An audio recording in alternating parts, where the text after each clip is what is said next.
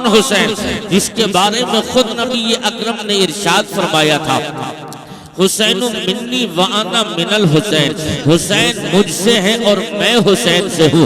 एक मकाम पर कौनैन के ताजदार ने इरशाद फरमाया, इन्नल हसन वल हुसैन सैयदा शबाबी अहलिल जन्ना, हसन और हुसैन जन्नती जवानों के सरदार हैं। एक मकाम पर मेरे आका ने इरशाद फरमाया था कि हसन और हुसैन मेरी जन्नती दो फूल और दुनियावी दो फूल हैं। आखिर हजरात उस हुसैन की बात मुझे यहाँ पर करनी है। कायनात सल्लल्लाहु तआला अलैहि वसल्लम ने अपने शहजादे को दोशेनाज पर बिठाया और हुसैन मुस्तफा के कांधे पर बैठे हैं। और जिस वक्त हुसैन मुस्तफा के कांधे पर सवार थे, तारीख हमें मिल रही है, सामने से सैयदना फारूक आजम से मुलाकात हो गई। और जब फारूक आजम से मुलाकात हुई थी तो फारूक आजम ने देख करके अर्ज किया था, या रसूल अल्लाह, सवारी कितनी अच्छी है, सवारी कितनी लाजवाब है। तो आका कायनात ने इरशाद फरमाया, ओ उमर तुमने ये तो देख लिया, सवारी कितनी अच्छी है, ये क्यों नहीं देखते हो सवार कितना अच्छा है। अब यहाँ पता चलता है ना इस सवारी का कोई जवाब है ना उस सवार का कोई जवाब, अलबत्ता सवारी भी लाजवाब है और सवार भी लाजवाब। अब ये वही सवार मदीने शरीफ में है। अब तारीख के और पलट कर हम देखते चलते हैं, आखिर ये वही हुसैन, बचपन का जमाना इमाम का गुजर रहा है, हुसैन का बचपन का दौर है। आज हमारे यहाँ भी बच्चे अपने बचपन के अय्याम गुजार रहे हैं, लेकिन हमारे और उनको हमारे बच्चों में और मखदूम कायनात के लाडलों में जमीन आसमान का फर्क है। वो शहजादे जिसका मकाम ये है, तुम्हें तुम्हारे बाप की गोद मिला करती है, लेकिन हुसैन को गोद किसी दुनियादार की नहीं, आमिना के लाल की गोद मिला कर रही है।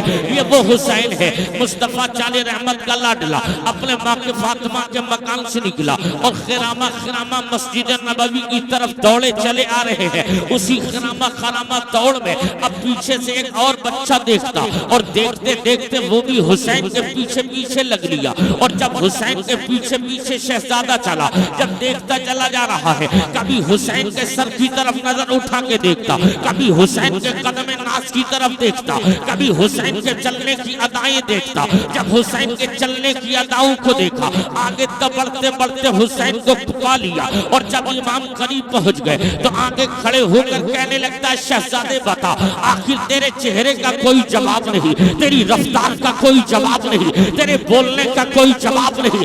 ऐसा लगता है शहजादे तुम इंसान फरिश्ते की सूरत में इंसानों की सूरत में एक फरिश्ता मालूम हो रहे हो, तुम्हारा कोई जवाब नहीं। ओ शहजादे बताओ तुम्हारा ताल्लुक किस कबीले और खानदान से है, आखिर तुम हो कौन? तो इमाम फरमाने लगते हैं, तू मुझे नहीं जानता, कहाँ पता तुम्हारा नाम क्या है? तो फौरन हुसैन फरमाते हैं, तुझे मालूम नहीं मैं मुस्तफा जाने रहमत का शहजादा हुसैन हूँ, मखदूम कायनात फातिमा का बेटा हुसैन हूँ। इतना सुनना था। अब वो बच्चा कहने लगता है, ए हुसैन, जब तुम हुसैन हो तो मैं मेरा भी तारुफ सुन लो। आप फरमाते तू भी बता तेरा क्या ताल्लुक है और तेरा क्या मामला है। तो फौरन वो दूसरा बच्चा भी कहने लगता है, हुसैन तुझे मालूम नहीं, तूने मुझे जाना कहाँ नहीं जाना, कहाँ कि अब तुम हमारा भी तारुफ सुन लो। मैं कोई और नहीं, मैं दुनिया के मशहूर सखी हातिम ताई का पोता हूँ, हातिम बिन ताई का पोता हूँ। इतना सुनना था। तो सुनने के बाद मेरे इमाम फरमाते हैं, तुझे मालूम नहीं तू दुनिया के मशहूर सखी हातिम ताई का पोता है, तो ऐसा शहजादे तू भी सुन ले, मैं कोई और नहीं, मैं दुनिया के मशहूर पैगंबर मुस्तफा जाने रहमत का नवासा। नारे तकबीर, नारे रिसालत, मसलके आला हजरत फैजाने शहीद आज़म हजरत अल्लामा हसनैन रज़ा मंज़री। तू दुनिया के मशहूर सखी हातिम ताई का शहजादा पोता है, तो मैं दुनिया के मशहूर पैगंबर मुस्तफा जाने रहमत का शहजादा हूँ, इतना सुनना था। तो फौरन वो हातिम बिन ताई का पोता अर्ज करता है, हुसैन तुझे मालूम नहीं, मेरे दादा का दरवाजा था, मेरे दादा का एक बहुत बड़ा शीश महल था, उस महल में बैठ करके मेरा दादा लोगों को भीख दिया करता था।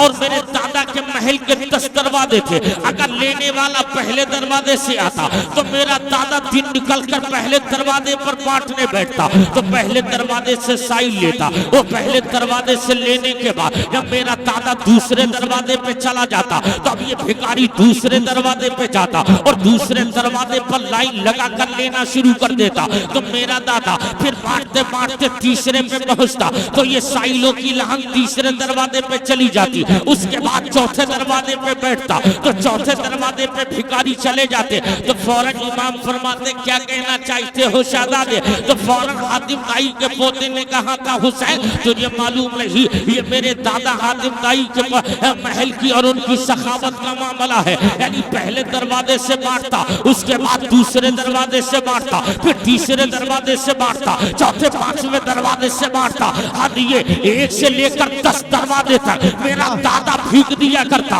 और जब पहले दरवाजे का भिखारी पहले दरवाजे से लेता, उसके बाद दूसरे दरवाजे से चला जाता, दूसरे के बाद तीसरे में दादा बैठता, तो ये भिखारी तीसरे से लिया करता, अगर चौथे से बांटता तो चौथे पर चला जाता। हुसैन फरमाते हो हातिम ताई के शहजादे, इसमें तेरे दादा की कमजोरी है, अगर भिखारी का अगर पहले दरवाजे से भला हो जाता उसे दूसरे दरवाजे पे जाना नहीं पड़ता, इसमें तेरे दादा का कोई कमाल नहीं। अब मेरे इमाम फरमाते हैं ओ हातिम ताई के पोते सुन ले, ये तो तेरे दादा का दरवाजा था, लेकिन सुन ले इसी मदीने में मेरे नाना की कोई बड़ी हवेली न थी, इस मदीने में मेरे नाना का शीश महल न था, इस मदीने में मेरे नाना का बहुत बड़ा बंगला न था, बल्कि एक छोटा सा मकान था। उस मकान पे मेरा दादा बांटने के लिए बैठता, और जब दादा बांटने के लिए बैठता तो साई लेने के लिए आता, और मांगने वालों में कोई अबू बकर बन के लेने के लिए आता, कोई उमर बन के लेने के लिए आता, कोई उस्मान बन के लेने आता, कोई अली बन के लेने आता, कोई तलहा बन के लेने आ रहा है, कोई जुबैर बन के लेने आ रहा है, कोई सालिम ने अबी वक्कास बन के आ रहा है, कोई उबैदा बिन जर्राह बन के आ रहा है, कोई अबू हुरैरा बन के आ रहा है। सुन हातिम ताई के पोते, वो तेरे दादा का दरवाजा और मेरे नाना के दरवाजे का मामला ये था, तेरे दादा के दरवाजे पर अगर साई का भला एक से ना होता तो दूसरे पे चला जाता, दूसरे से ना होता तीसरे का रुख कर लेता, लेकिन मेरे नाना के दरवाजे का मामला ये, अगर साइल पहली मर्तबा जिसे दरे मुस्तफा से मिलता उसे कयामत तक फिर मांगना नहीं पड़ा करता था।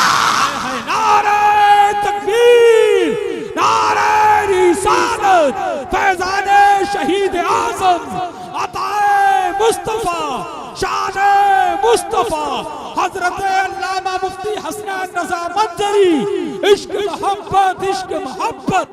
हाय हाय, वाह वाह वाह वाह, क्या बात है, बहुत अच्छा मुफ्ती साहब, क्या कहेंगे? ये है मेरे मुस्तफा के साथ। माशाअल्लाह माशाअल्लाह, बहुत अच्छा माशाअल्लाह। जिसको एक मर्तबा दरे मुस्तफा से मिलता है फिर क़यामत तक उसे कहीं दूसरी जगह झोली फैलाना नहीं पड़ती है। वाह वाह, इतना सुनना था, शहजादा देखने लगा था, वाह ये तुम्हारे नाना का दरवाजा? हाँ हाँ। उसी दरवाजे पर पल बढ़कर उसी मकीन के यहाँ हुसैन कई साल तक मुस्तफा की गोद में खेलते रहे।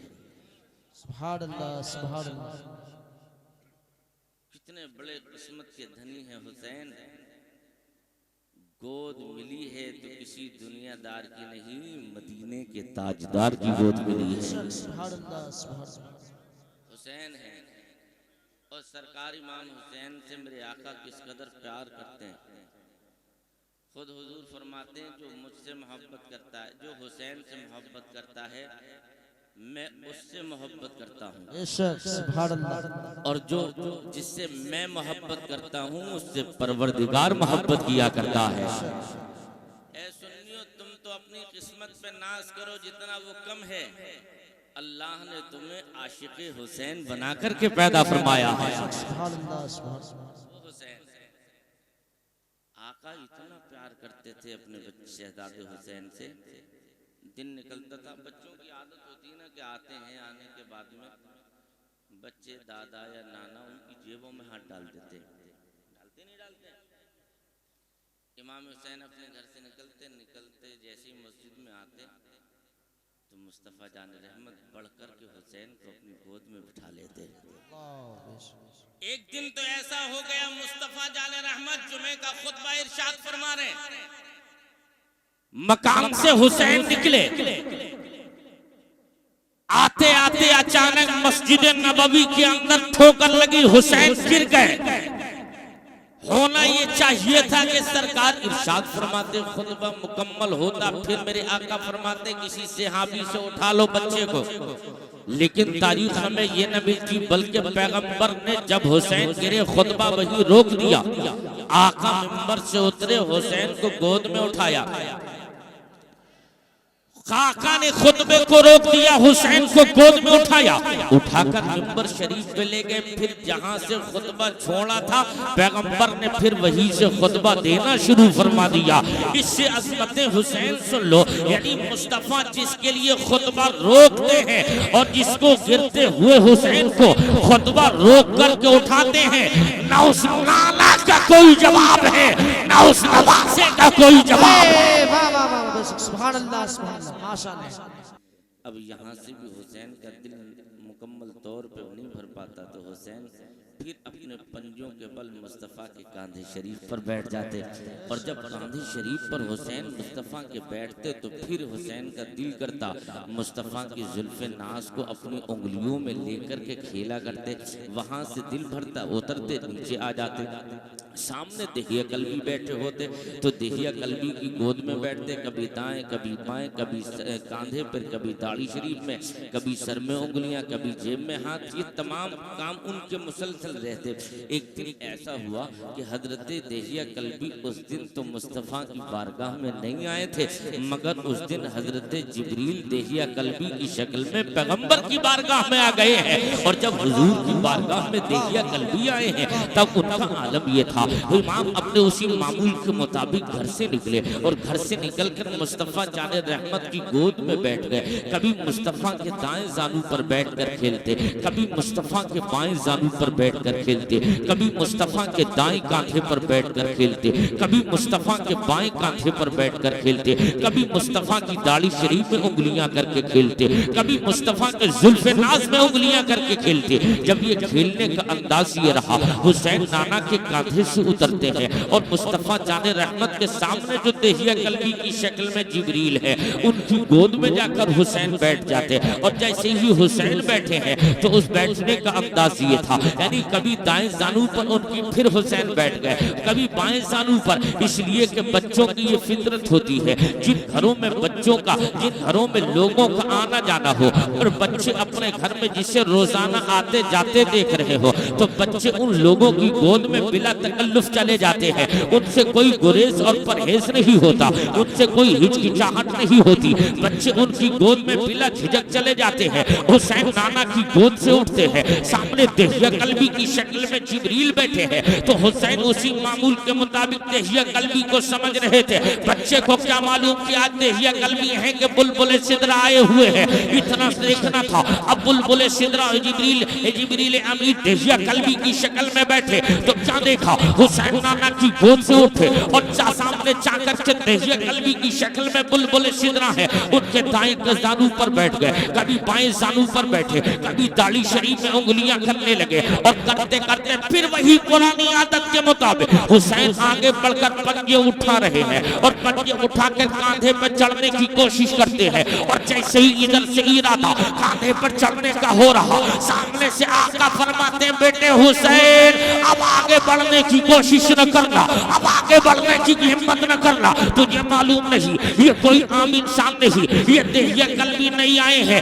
आज तो देहिया कल्बी की शक्ल में बुलबुल सिदरा, रईसुल मलाइका, सय्यदुल मलाइका, हजरत जिब्रील अमीन आ गए हैं। जब इतना सुनना ही था तो पैगंबर इस्लाम सल्लल्लाहु अलैहि वसल्लम फरमाते, ओ बेटे हुसैन अब आगे बढ़ने की कोशिश न करना। इतना न बुलबुल सिदरा ने कहा, रोकिएगा नहीं, शहजादे को आ जाने दीजिए, हुसैन को कांधे पे चढ़ जाने दीजिए, इसलिए कि आका अगर हुसैन का कदम मेरे कांधे पर रख जाएगा तो जिब्रील के कांधे की मेराज हो जाएगी। नारे तकबीर, नारे रिसालत, फैजाने शहीद आजम, शाने शहीद आजम, अज़मत शहीद आजम, फैजाने इमाम हुसैन, मसलके आला हजरत। ये हुसैन अज़मत तो जानू नहीं। अब वो हुसैन मदीने शरीफ में पलते बढ़ते रहे, जवानी की मंजिल में पहुंचे। अमीरुल मोमिनीन फारूक आज़म के इख्तिदार में ईरान फतह हुआ। समझ में आ रही बातें? अब हिस्ट्री पे चलिए। ईरान फतह हुआ तो कुछ बांदियां लाई गई, माले गनीमत में कुछ औरतें भी थी साथ में। कहाँ हैं वो लोग जो अपनी तकरीरों में, अपनी मजलिसों में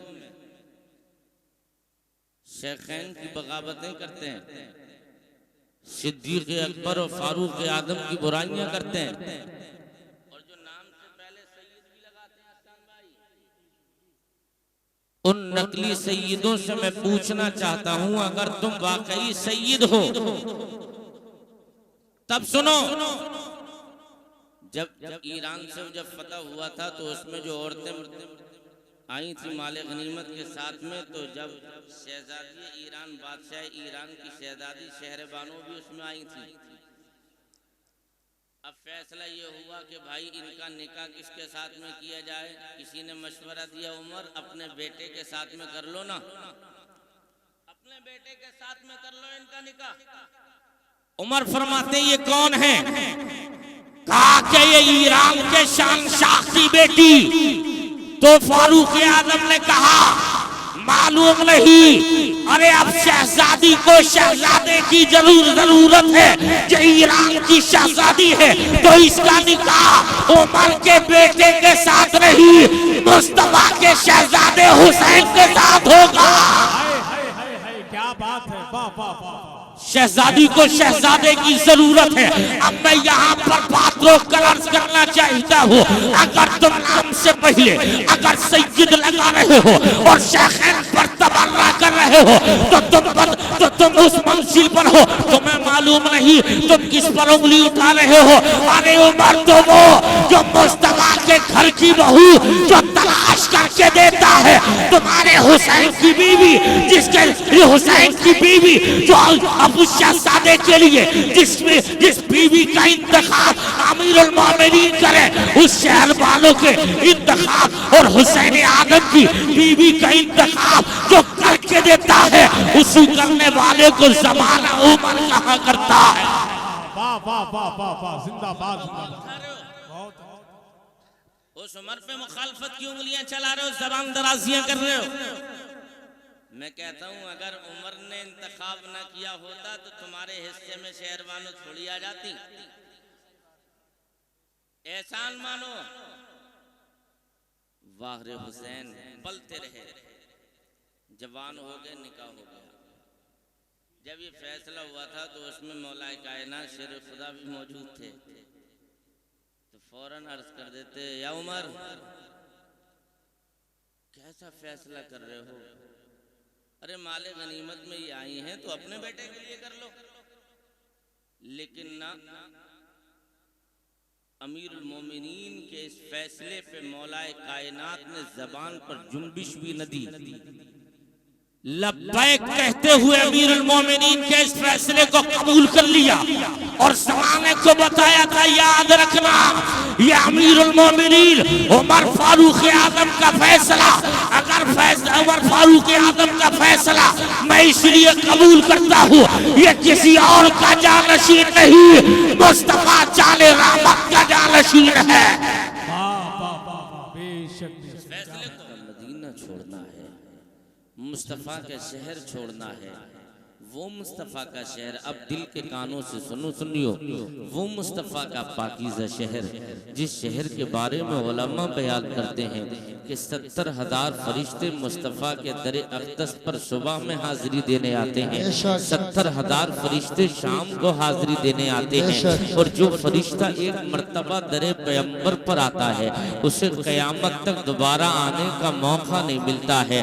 उस मदीने की बात कर रहे हैं हुसैन, उस मदीने को छोड़ने की बात हो रही है जिस मदीने का आलम ये है, हम अपने गांव की मस्जिद में बैठकर जब नमाज पढ़ते हैं और जब नमाज से फरागत के बाद में हम दुआ करते हैं तो इमाम भी मुसल्ले पर बैठकर दुआ करते, और दुआ करते करते इमाम भी पुकार कर कहते हैं दिखा दे या इलाही वो मदीना कैसी बस्ती है जहाँ पे रात दिन मौला तेरी रहमत बरसती है।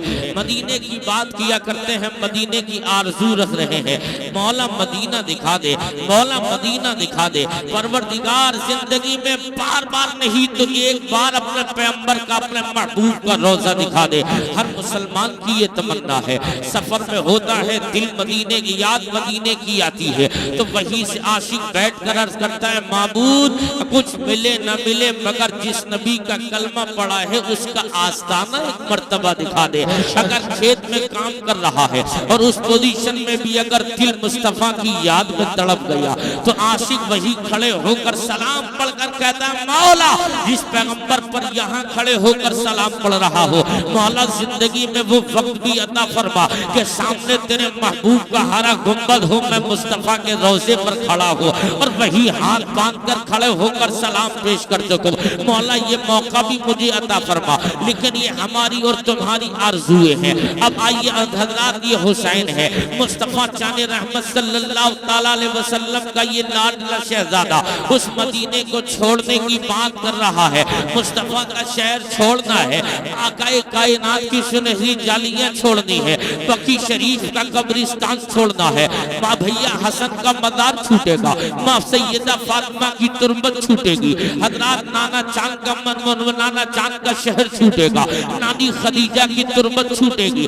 हजरात अब हुसैन उठते हैं और सीधे अपने माँ सैयदा फातिमा के मदार पे खड़े हो गए और खड़े होकर अर्ज करते हैं अम्मी जान तेरा शहजादा वही हुसैन आया जिसको कुरान की लोरियां सुना सुना कर तूने पाला था, तेरा शहजादा वही हुसैन आ गया जिसको तूने एक लम्हा के लिए आंखों से दूर नहीं होने दिया। वो माँ तेरा वही शहजादा हुसैन आया है, अगर हुसैन रोता है तो तेरी आंखों से आंसू निकल आते हैं। ए माँ तेरा वही लफ्ज़े जिगर आया है, अगर हुसैन परेशान होता तो तेरा दिल परेशान हो जाता। और माँ आज तेरा हुसैन नाना का मदीना छोड़ रहा है, नानी जान की तुरबत छोड़ रहा है, भाई हसन का मजार छोड़ रहा है, माँ तेरी मजार तेरी तुरबत छूट रही है। ए माँ अपने शहजादे का आखिरी सलाम कबूल कर ले। ओ माँ अब तेरा बेटा कयामत तक दोबारा वापस आने वाला नहीं, अब कयामत तक हुसैन की तेरे तुरबत पर वापसी नहीं होना है, माँ आखिरी सलाम ले ले।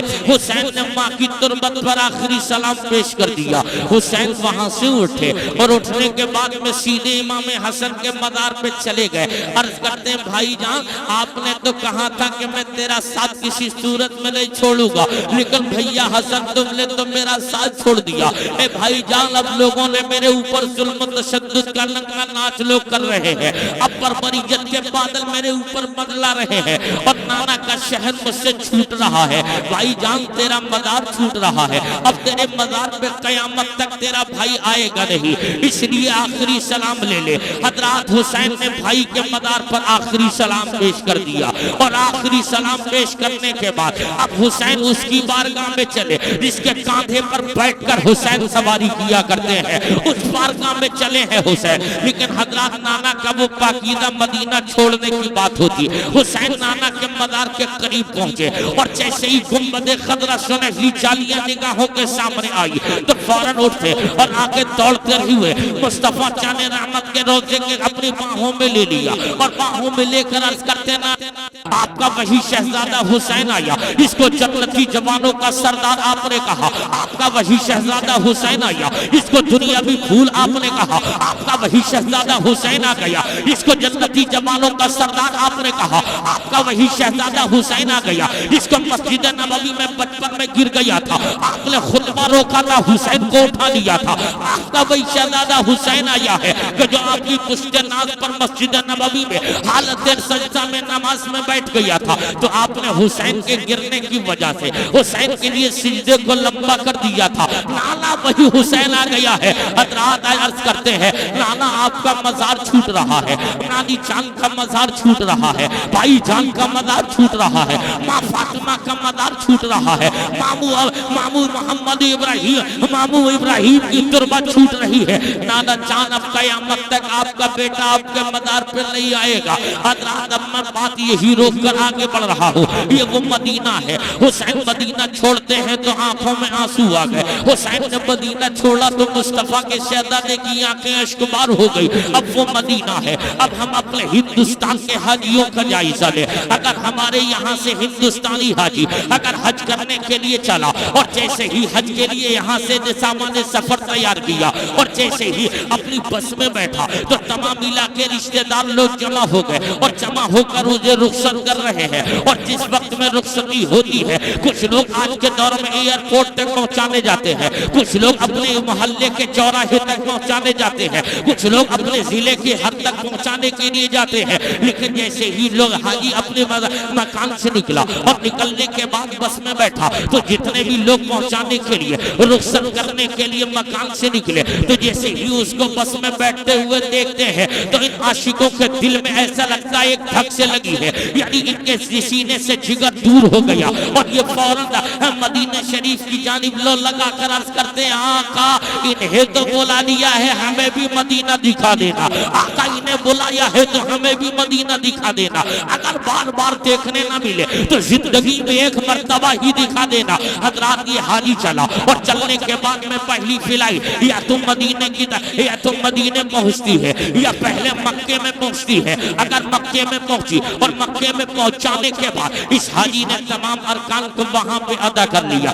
सफा मरवा की दौड़ लगा ली, तवाफे काबा कर लिया, बिना और मुस्तल्फा पे नमाज़ें पढ़ ली और गारे हीरा गारे सौर भी देख लिया, तमाम अरकान हज अदा कर लिए। उसके बाद में यार मुनादी निदा करता है, फला नंबर की फ्लाइट से जितने हाजी आए थे उनको फला नंबर बस फला चौराहे पर है, उस बस में बैठकर उन्हें मदीने शरीफ के लिए फौरन चले जाना चाहिए। हजरात अब जैसे ही हाजी के कानों में ये सदा गूंजती है कि हमारा नंबर आ गया, बस लग गई है, तो फौरन वो हाजी दौड़े दौड़ा मारे खुशी के बस में बैठ जाता। और जब बस में हाजी बैठता है और बैठ जाने के बाद आगे बढ़ी और जैसे ही मदीना शरीफ करीब हुआ और उसकी बस के अंदर से अगर गुंबद खतरा कर नजर आने लगा तो हाजी वहीं से दिल पे हाथ रख के कहता, मौला तूने एक दुआ तो ये कबूल कर ली है कि तूने अपने मोहम्मद के शहर को, अपने हबीब के शहर को दिखाया, अपने महबूब का आस्ताना दिखाया, अपना महबूब का हारा गुंबद दिखाया,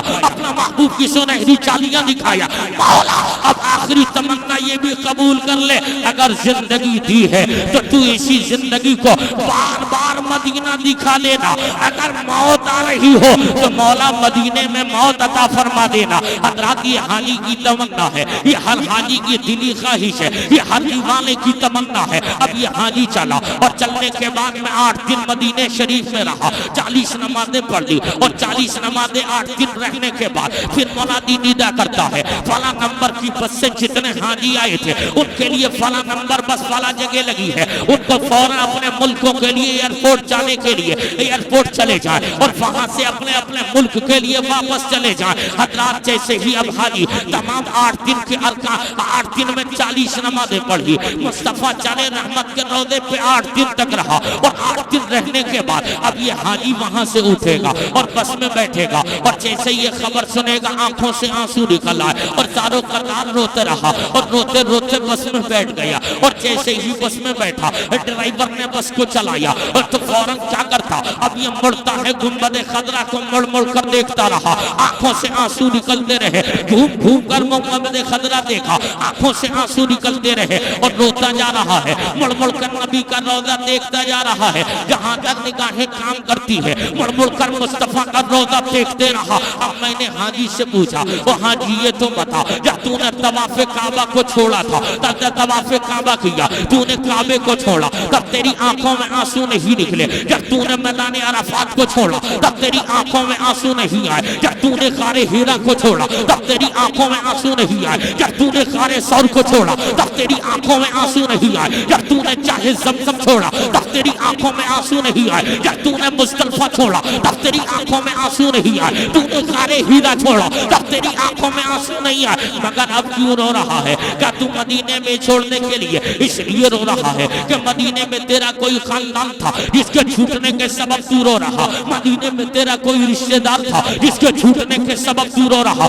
मदीने में तेरा कोई मकान था जिसके छूटने के सबब रो रहा। तो फौरन हाजी कहेगा नहीं, वो मौलाना हसनैन में रोने की वजह ये है, जब तक मक्के में रहा काबे का तवाफ किया था तो घर की यादें आई थी, तवाफे काबा किया घर की याद आई थी, मैदान अराफात में सफा मरवा की सही की थी तब घर की याद आई थी, गारे हीरा खाने सौर गया था तब भी मुझे घर वालों की यादें आई थी, लेकिन जैसे ही मदीना आया हूँ ना मुझे घर की याद आई है, न घर वालों की याद आई है, न किसी रिश्तेदार की याद आई है। मुस्तफा का शहर छूट रहा है इसलिए रो रहा हो, मुस्तफा की सुनहरी कलियां छूट रही है इसलिए रो रहा हो, मुस्तफा का आस्ताना छूट रहा है इसलिए रो रहा हो। मैंने कहा तुझे कितने दिन हो गए जिसके छूटने की बुनियाद पर रो रहा? तो कहता है मैं 8 दिन पहले तो ही आया था, 8 ही दिन तो मदीने में रुकने को मिला है, 8 दिन के बाद जब मैं मदीना छोड़ रहा हूँ आंखों से आंसू आ रहे हैं। तो मैंने कहा वो हाजी याद तो रख ले,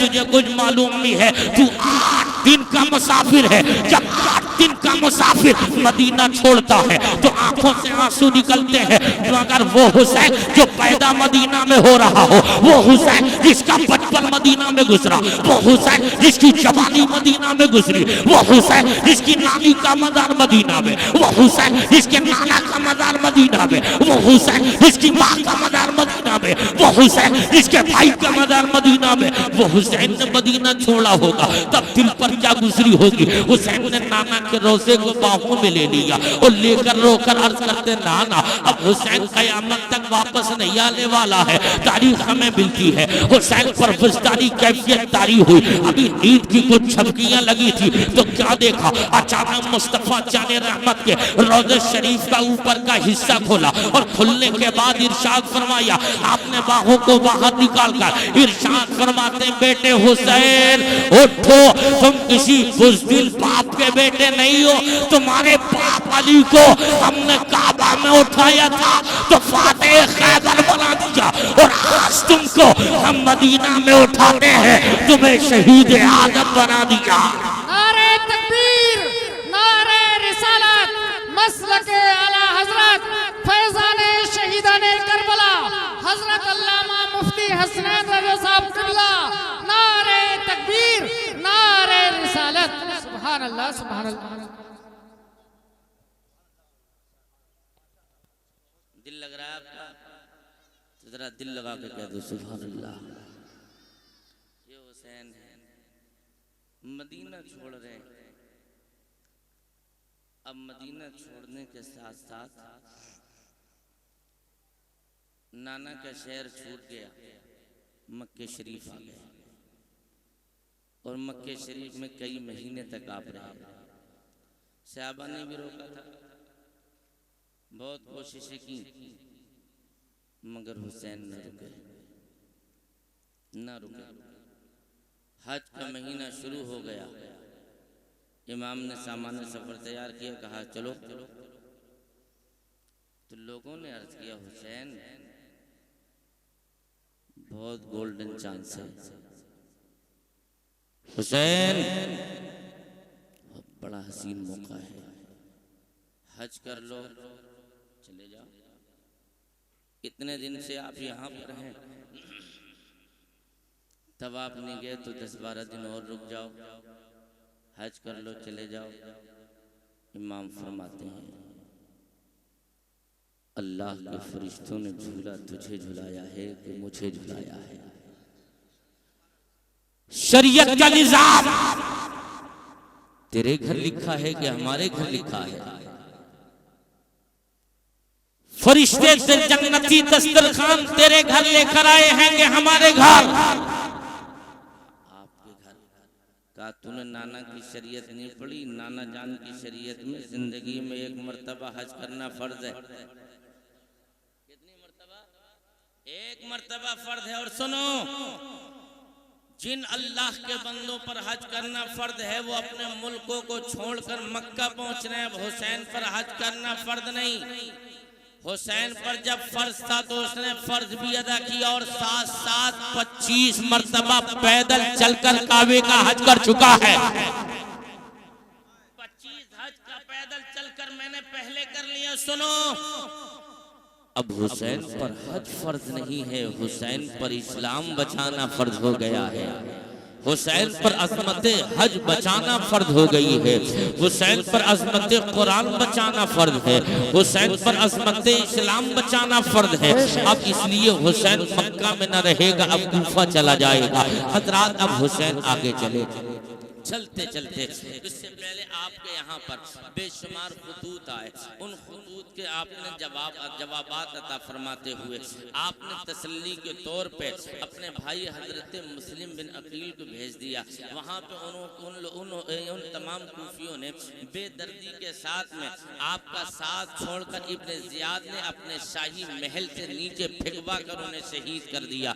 उनके छोटे छोटे दो बच्चों को भी वहाँ पे दर्दनाक शहादत का जाम उन्होंने बड़ी बेदर्दी के साथ में उन लोगों को, उन दोनों शहजादों को पिलवा दिया गया।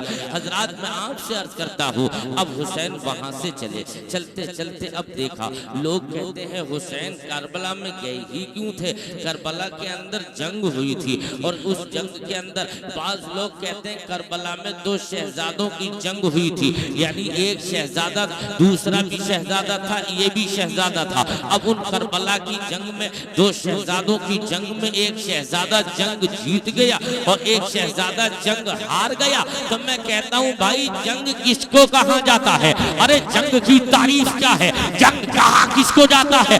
अगर जंग होती है तो सामने वाले अगर 20 हैं तो मुकाबले में भी 20 होना चाहिए। अगर सामने वाले 100 हैं तो दूसरी जानिब भी 100 होने चाहिए। लेकिन ये कैसी जंग है? उधर 22,000 का लश्कर है, इधर 72 है। इसमें बच्चे भी हैं, औरतें भी हैं, बूढ़े भी हैं, जवान भी है। मैं आपसे पूछता हूँ, तुम कहते हो कि 2 शहजादों की जंग करबला में हुई, तो मैं टंके की चोट पर ऐलान कहना चाहता हूँ करबला के अंदर जंग नहीं, करबला में जुल्म हुआ है। करबला में जुल्म हुआ है, जंग नहीं हुई है।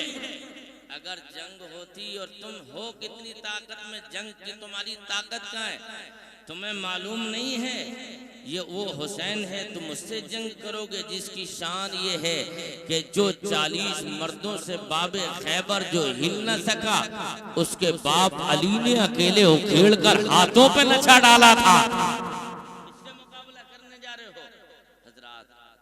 अब ऐसे आहिस्ता आहिस्ता तारीख आगे बढ़ती है। हुसैन जनाब हुर आगे आ गए, अपने 1000 सिपाहियों का दस्ता लेकर हुसैन को रोक लिया। रुक जाने के साथ साथ जब आपका रास्ता रोका, रोकने के बाद हुर कहने लगते हैं हुसैन मैं तो मुलाजिम हूं, लेकिन कलमा तुम्हारे नाना का ही पड़ा है, नौकर तुम्हारा ही हूं, इतना कर सकता हूं इमाम ऐसा कीजिए आप किसी और रास्ते से चले जाओ, कहीं भी आप चले जाओ, मैं आपका पीछा नहीं करूंगा। और अगर इब्ने ज़ियाद वगैरह ये लोग पूछेंगे तो मैं इनसे बहाने लगा दूंगा, लेकिन आप चले जाओ, वहां सिवाय मौत के कुछ नहीं है। इमाम फरमाते हैं ये अली का बेटा फातिमा का शहजादा है, कदम आगे बढ़ गया है जुल्म के खिलाफ तो पीछे हटने वाला नहीं है।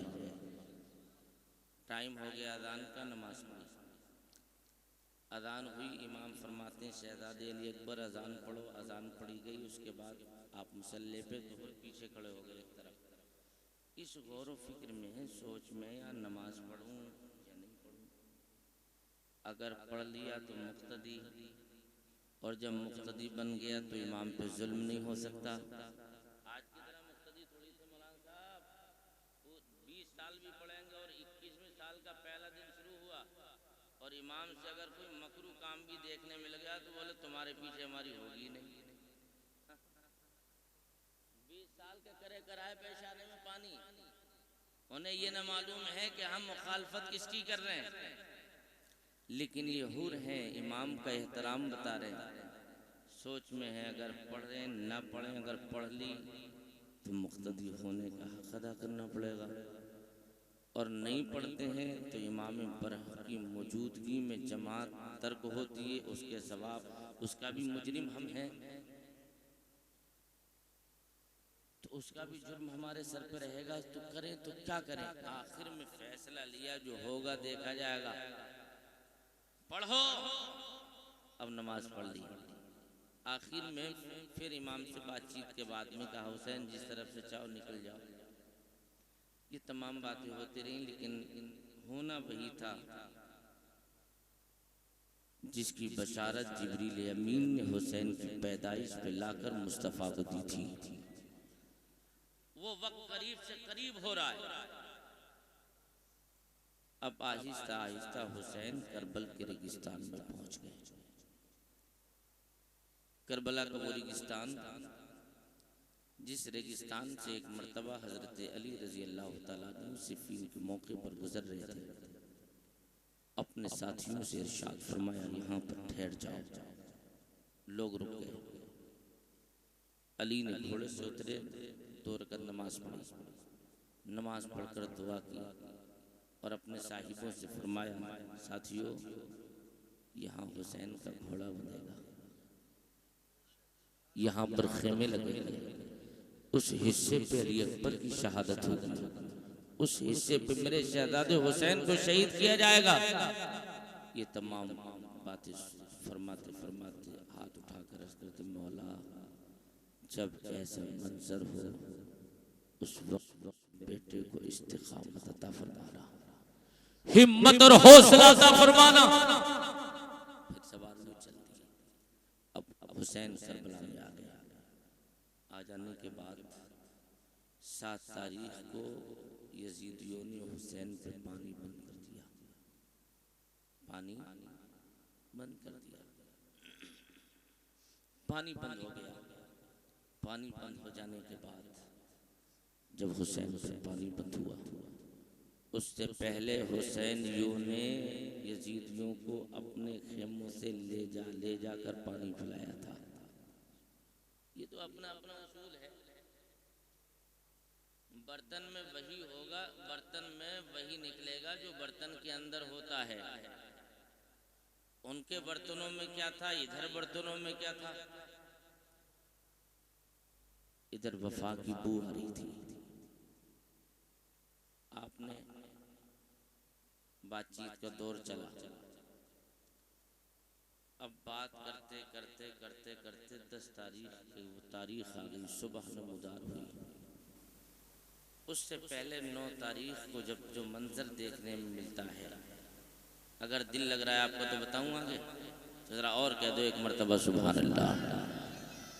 9 तारीख की शाम है, सामने यजीदियों के खेमे हैं, दूसरी जानिब मुस्तफ़ा के शहजादों के खेमे हैं।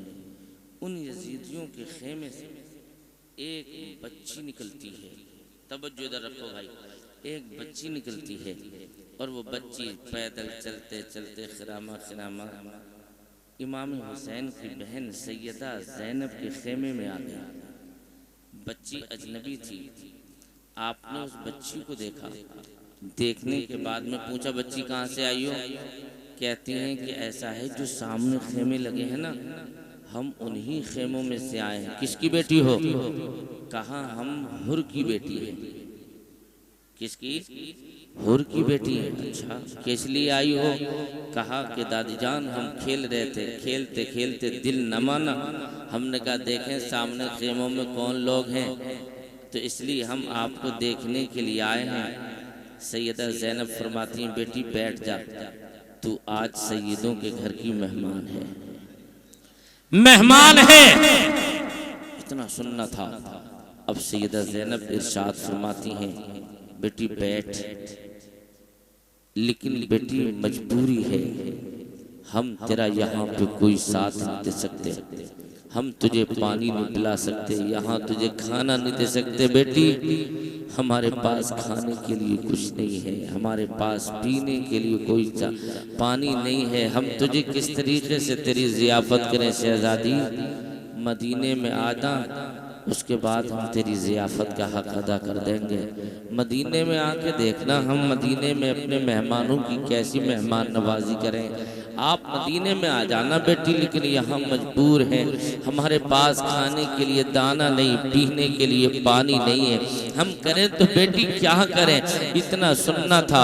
अब बच्ची जाने के मूड में है, मगर खेमों में नजरें उठाकर देख रही है, तो बच्ची क्या देखती है, कहीं तो नजर उठा के देखती है किसी की पेशानी सिजदे में रखी हुई है, तो किसी के हाथ में कुरान खुला रखा है, तो किसी की जबान पे कुरान की तिलावत जारी है, तो कोई कुछ कर रहा है तो कोई कुछ कर रहा है, सब लोग अपनी अपनी आखिरी इबादतों में मसरूफ है, मगर ये बच्ची उस सफेद बरीश वाली औरत के पास बैठी बातें करती रही। करते करते सैयदा ज़ैनब इरशाद फरमाती हैं, हुसैन की बच्ची सकीना भी उसी खेमों में है।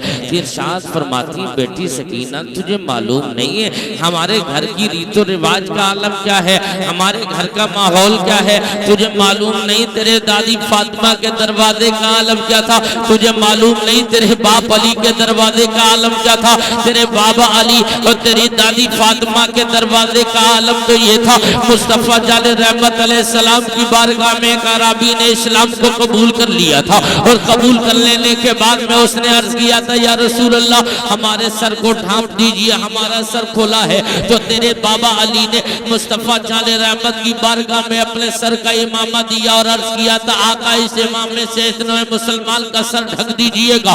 उसके बाद में उसने अर्ज किया था आका मैं भी भूखा हूँ, मेरे बच्चे भी भूखे तड़प रहे, सरकार मैंने इस्लाम कबूल कर लिया, अब खाने का बंदोबस्त करा दीजिएगा। तो हजरत सलमान फारसी से मेरे आका ने कहा जाओ मदीने के तमाम सहाबा के दरवाजों में तलाश कर लो, उनके घरों में पूछ कर आओ कुछ खाने के लिए है, अज़वाज मुतहहरात के हुजरों को खंगाल कर देखो कुछ खाने के लिए है। मैं आपसे अर्ज करना चाहता हूँ मुसलमानों, आज तुम्हें पला पलाया इस्लाम मिल गया जिसकी बुनियाद पर तुम्हें एहसास नहीं, आज तुम्हारे पास खाने की इफरात है, पीने के लिए पानी की इफरात है, पहनने के लिए कपड़ों की इफरात है, किसी चीज की कोई कमी नहीं, मगर वो मदीने वाले आका जिसके सदक़े में खुदा ने पूरी कायनात को बख्शा, पूरी कायनात को अदम से वजूद बख्शा है, उस पैगंबर के घर में भी एक दाना खाने के लिए नहीं है। ए मुसलमानों ये इस्लाम का वो दौर मैं आपको बताए दे रहा हूँ। आमना के लाल के सहाबी घर में चले गए, तमाम अज़वाज के हुजरों को तलाश किया कुछ न मिला, मदीने के सहाबा के घरों को तलाश किया कुछ न मिला। जब कुछ न मिला तो फौरन दिल में ख्याल आया ओ सलमान कहाँ जा रहे हो, अगर तुम वापस चले गए तो मुस्तफा के सामने जब ये बयान किया जाएगा तो अरबी नया मुसलमान है, अभी तो मुसलमान हुआ है, तो कहीं ये ना कहने लगे यार इनके पास तो कुछ खाने पीने तक का कोई एहतमाम नहीं, आखिर इनका कलमा पढ़कर सिवाय मोहताजी की और क्या मिलेगा। तो फौरन ही कहने लगता है सलमान अरे तुझे मालूम नहीं जब मदीने के सारे दरवाजे बंद हो जाते हैं, मदीने के तमाम दरवाजों पे जब कुछ नहीं मिलता है तो इसी मदीने के अंदर एक दरवाजा है, वो दरवाजा किसी और का नहीं मुस्तफा की बेटी फातिमा का दरवाजा है। चलना फातिमा के दरवाजे पे, चलना मखदूमा के दरवाजे पे, वहां से किसी साइल को खाली न वापस किया जाता है। उस शहजादी के घर चल तो दरवाजे पर दस्तक दिया, जवाब मिला कौन, कहा तेरा भाई सलमान आया, किस लिए आए हो, अभी एक शख्स ने इस्लाम कबूल किया है और खाने के लिए बोल रहा है,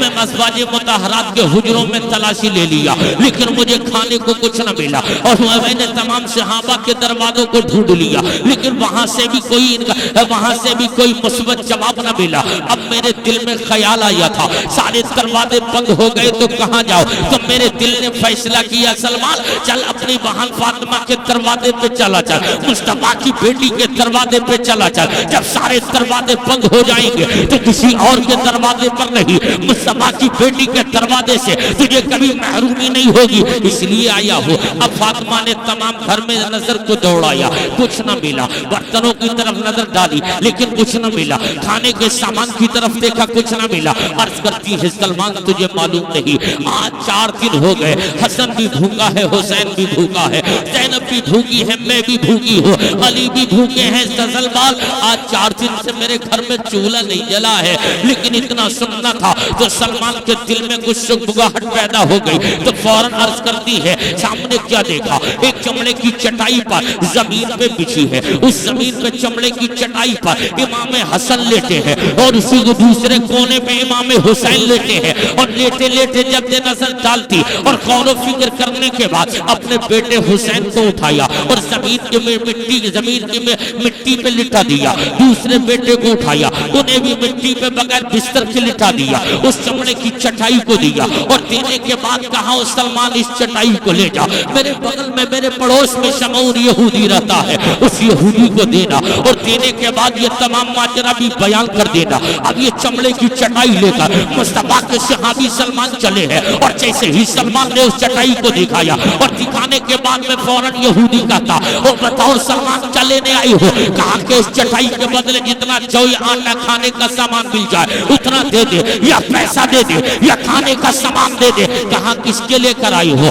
कहा फातिमा के घर की चटाई है। कहा के घर की चटाइयां भी दी जाती है। कहा हाँ ऐसा है ना, अभी हमारे पैगंबर की बारगाह में एक शख्स ने इस्लाम कबूल किया तो मुस्तफा की बारगाह में खाना तलब किया, तो नबी के घर में खाने का इंतजाम नहीं, सहाबा के घरों में खाने का इंतजाम ना हो सका। फातिमा के घर को 4 दिन से चूल्हा न जला और आखिर में जब कुछ नजर न आया तो महरूमी के सबब उन्होंने अपनी इस चटाई को पेटों के जरिए अपने पेटों को चटाई से उठाकर जमीन पे लिटा दिया, मगर साई को खाली वापस न किया। तो इसलिए ये चटाई दी है और चटाई देकर कहा कि जितना जौ मिल जाए इतना ले लो, और उस सहाबी को ले जाकर देकर कहना तू भी खाना तो अपने बच्चों को भी खिला देना। इतना सुनना था तो फौरन शमऊन कहने लगता है, और सलमान मुझे समझ में नहीं आ रहा, अरे जब बेटी का सखावत का ये आलम है तो आमिना के लाल की सखावत का आलम क्या होगा। हजरात सैयदा ज़ैनब कहती है, वो बेटी सकीना तुझे मालूम भी है तेरे घर के तेरे बाबा की और तेरी दादी के दरवाजे का आलम ये था, अपना आए तब भी मिलता, बेगाना आए तब भी मिलता, कभी किसी साइल को कालीन वापस न किया। ऐसा करना बेटी सकीना, जो तेरे कानों में सोने की बालियां है ना, इन बालियों को इस बच्ची के कानों में पहना दे और पहनाने के बाद में ये चली जाएगी, ताकि अगर ये चाहे तो इसके दिल में ये एहसास बाकी ना रहे। मैं सैयदों के घर में गई थी, मैं मुस्तफा जाने रहमत के बच्चों के घर में गई थी, मैं शहजादी कौनैन के बच्चियों के घर में गई थी, तो मैं खाली वापस आ गई। आखिर इतना सुनना था। हजरत सकीना ने बालियों को निकाला और उस हुर की बेटी के कानों में बालियों को डाल दिया। अब वो बच्ची खेलते खेलते फिर खेमे में चली गई और जाने के बाद अब 10 तारीख के सुबह शुरू हो जाती है। अब वो बच्ची को जब हुर ने देखा और देखने के बाद पूछते हैं, वो बेटी ये बता आखिर तू कहाँ गई थी। कहाँ के बाबा जान मैं कहीं और थोड़ी गई थी, ये सामने जो खेमे लगे हैं ना इन खेमों में गई थी, इन खेमों में गई थी। इतना सुनना था। हुर ने कहा मालूम नहीं ये किसके खेमे है, ये तो हुसैन के खेमे है, हुसैन की उनके खेमे है, तुझे मालूम नहीं उनका हमारा मुकाबला है। इतना सुनना था। यदि तो फौरन वो बच्ची कहने लगती, बाबा मेरी समझ में आपकी बात नहीं आ रही थी, मैं खेलते खेलते उधर गई थी, अगर तुम्हारा उनसे मुकाबला तो तुम उनके दुश्मन हुए, वो तुम्हारे दुश्मन हुए। अगर दुश्मन का बच्चा दुश्मन के घर जाता है तो लोग उस बच्चे से भी पूरी दुश्मनी अदा करते हैं, लेकिन बाबा ये तो तुम्हारा दस्तूर होगा, ये तुम्हारे इन तमाम साथियों का दस्तूर होगा। लेकिन मैं तो दुश्मन की बेटी थी, तो मैं उनके घर गई तो मैंने उन्होंने मेरे साथ में दुश्मनी तो नहीं की, मुझे बड़ी प्यार से सीने से लगाया था, गोद में बिठा लिया था और इसका यही आलम था। एक सफेद बालों की एक औरत बैठी थी, उनका चेहरा नूरानी था, उन उनके सामने मैंने खेमों में लोगों को देखा, कुछ औरतें थी जो कुरान पढ़ रही थी, कुछ थी जो अपनी पेशानी को सिजदे में रखकर मौला को मना रही थी, किसी के हाथों में तस्वीर थी वो या अल्लाह पढ़ रही थी, किसी के हाथों में कुछ था, कोई दुरूद पढ़ रहा था, कोई कुरान पढ़ रहा था, कोई नमाज पढ़ रहा था। उसी पीरियड में एक साथ छोटी सी बच्ची थी, तो सैयदा ज़ैनब ने कहा था कि इस बच्ची को तुम अपने कानों की बालियां दे दो। हमारे घर का ये मामूल है, कभी कोई मेहमान खाली वापस नहीं होता, कभी कोई साइल खाली वापस न जाता। हमारे घर की जियाफत का ये आलम है, अब हम करे तो करेगा। हमारे पास पीने के लिए पानी नहीं, खाने के लिए दाना नहीं, हम तुझे क्या थे।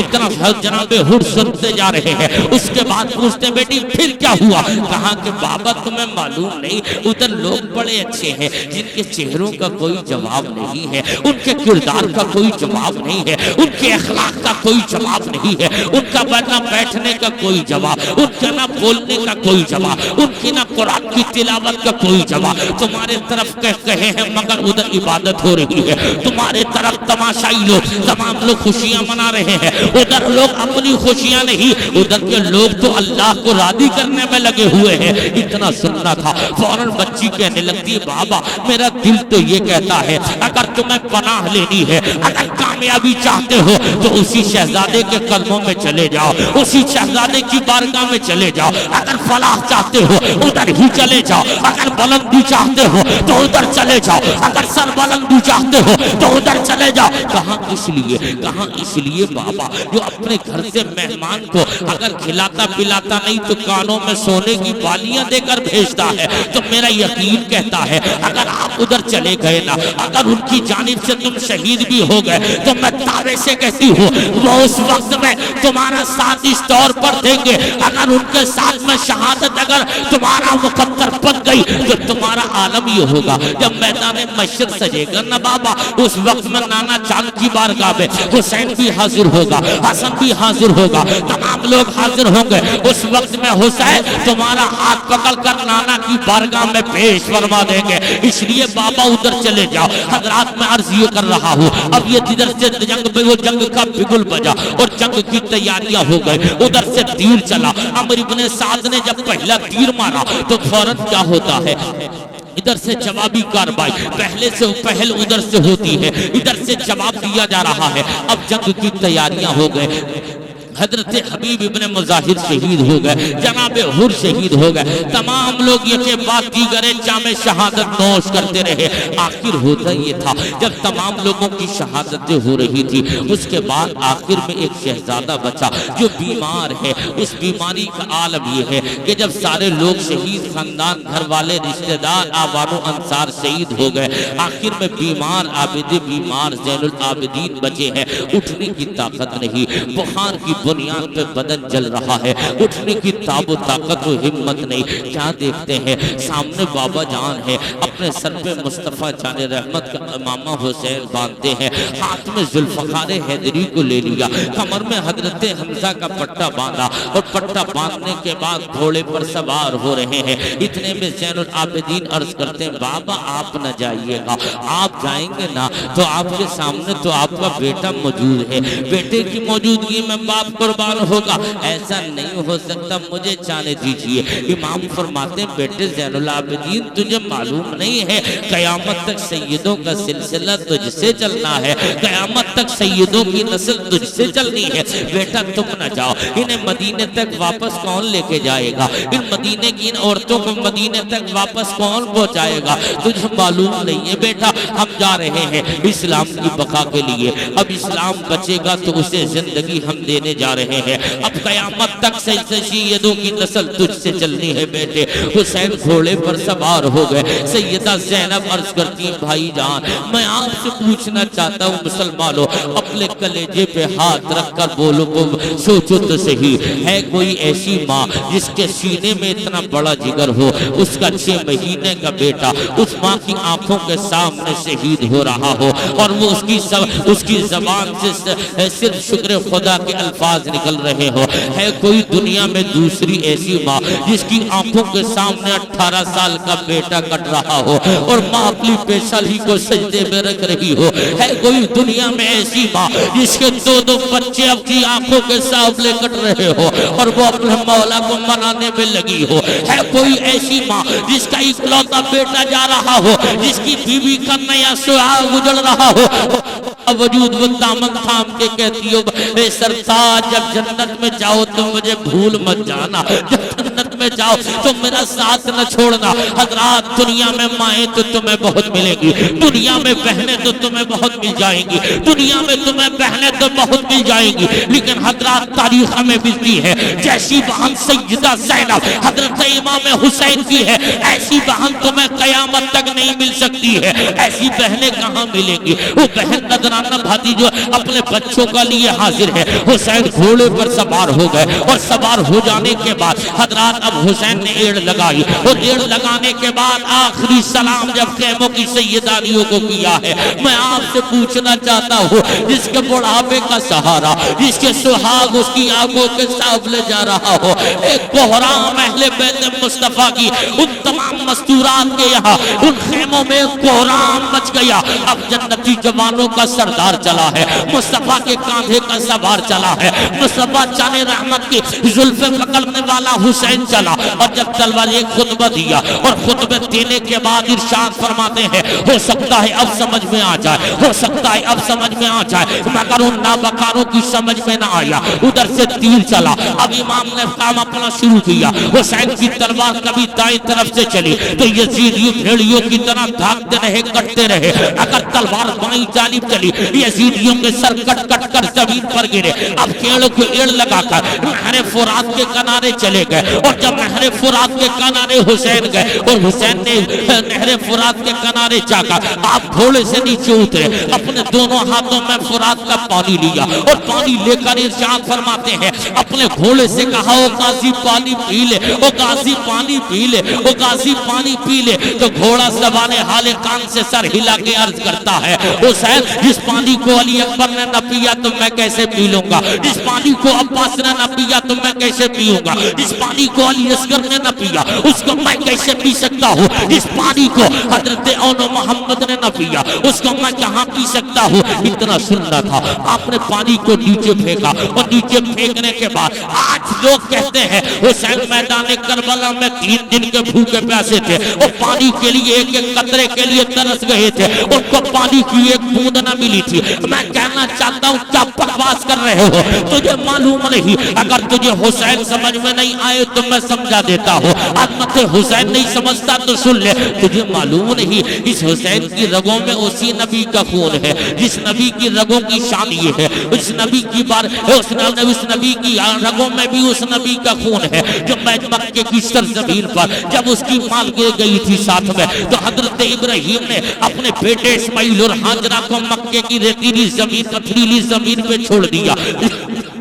जहाँ पे पानी का इंतजाम नहीं, जहाँ पे खाने का कोई बंदोबस्त नहीं, जहाँ पर इंसानों की कोई आबादी नहीं, ऐसे में आप गया मैदान में छोड़कर जनाब इब्राहिम वापस आए थे तो आपको प्यास लगी। हजरत हाजरा कभी सफा पहाड़ी पर जाती, कभी मरवा पहाड़ी पर जाती, जब तमाम पहाड़ियों का कभी इस पहाड़ी पर कभी दूसरी पहाड़ी पर जब मायूस हुई और वापस आकर के क्या देखती है हजरत इस्माइल छोटे से है और अपनी एड़ियों को रगड़ते जा रहे हैं और पानी का चश्मा जारी हो रहा है, पानी ही पानी है। आपने मेड बना दी और मेड बनाकर कहा जम ठहर जा। हजरात अब मैं यहाँ बात रोक कर अर्ज करता चलो, तुम कहते हो हुसैन करबला में प्यासे थे, तुम कहते हो हुसैन करबला में मोहताज थे, तुम कहते हो हुसैन करबला में मजबूर थे, तुम कहते हो हुसैन करबला में पानी के लिए खून के लिए तड़प गए थे। मैं कहता हूँ जबान बंद कर ले, बकवास बंद कर ले। तुझे मालूम नहीं जब मक्के की रेतीली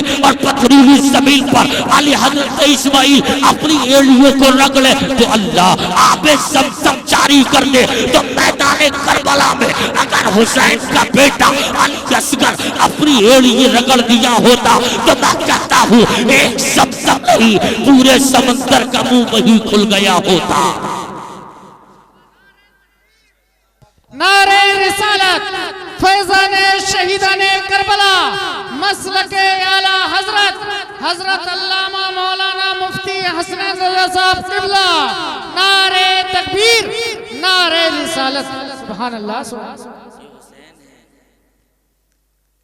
मजबूर कहते हो, अगर तुम मजबूरी की बात करते हो तो तुम अगर किस्मत से कभी करबला पहुंचो, करबला पहुंचने के बाद नहरे फुरात के करीब जाना और नहरे फुरात के करीब तुम्हें हजरत अब्बास अलंबरदार का मदार नजर आएगा बेशक और अब्बास के मदार पर इस्लामी परचम लहरा रहा होगा और इस्लामी परचम लहरा कर जमाने को पैगाम दे रहा होगा। जमाने वालों याद रखना, इस फुरात के पानी पर यजीद का 3 दिन तक कब्जा था और हुसैन की हुकूमत कयामत तक रहेगी। बेशक, सुभान अल्लाह, सुभान अल्लाह। ये हुसैन है। वापस आए, फिर हमला शुरू हुआ तो इब्ने ज़ियाद, अमर इब्ने साद, इन तमाम लोगों ने कहा ऐसा है यजीदियों, एक एक करके मुकाबला तो आसान नहीं है। ऐसा करो, हुसैन पर एक बार की हमला करो, तीरों की, तलवारों की, बर्छियों की, भालों की, तमाम की एक बार बारिश कर दो। अकेले मुकाबला करोगे तो मालूम नहीं है इसकी हिस्ट्री क्या है।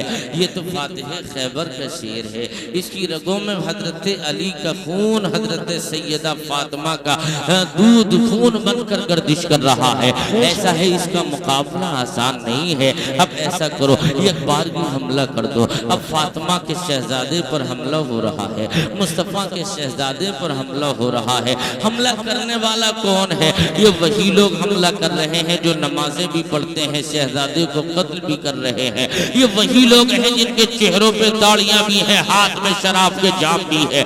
ये वही लोग हैं जो मुस्तफ़ा जाने रहमत के शहजादे पर हमला आवर हो गए। इधर से तीर चले, तलवारें चली, हुसैन घोड़े से जमीन पे आ गए और जैसे ही मेरा इमाम घोड़े से जमीन पर आया है तब हमें हिस्ट्री मिलती है। हुसैन जैसे ही घोड़े से जमीन पे आए हैं, शिब्र जोशन आगे बढ़ा, फूली आगे बढ़ा, आपके सीने पे बैठने की कोशिश कर रहा।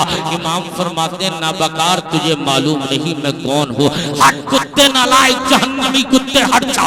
अब शिब्र हटा। इरशाद फरमाते हैं पता टाइम क्या हो गया? जवाब देता है हुसैन, अभी कुछ देर पहले मस्जिदों के मीनार से सदाए तौहीद बुलंद हुई है, अभी अल्लाह अकबर की सदाएं लगी है। तो मेरे इमाम फरमाते हैं शिब्र, मुझे 2 रकअत नमाज अल्लाह के लिए अदा कर लेने दे। ए मुस्तफा जाने रहमत के जिक्र की पाकीज़ा महफिल में आने वाले खुश अकीदा हुसैनी सुन्नी जन्नती भाइयों, मैं आपसे अर्ज करना चाहता हूँ, हुसैनियत इस चीज का नाम नहीं कि तुम अपने घरों में और यानियत और नंगापन का पूरा इजहार करो। हुसैनियत इस चीज का नाम नहीं। हुसैनी हो, हुसैन का नाम तो लेते हो, हुसैन के नाम पर रोते बिलखते फातिहा कराते हो, लेकिन मैं आपसे पूछता हूँ हुसैन का पैगाम कभी तुमने गौर से सोचा और समझा? ये हुसैन का वही पैगाम था, लेकिन आज तुम्हारे हाथ में भी अगर जख्म हो तो नमाज छोड़ देते हो। मगर हुसैन है कि पूरे जिस्म पर खून ही खून है, मगर उसके बावजूद नमाज नहीं छोड़ी।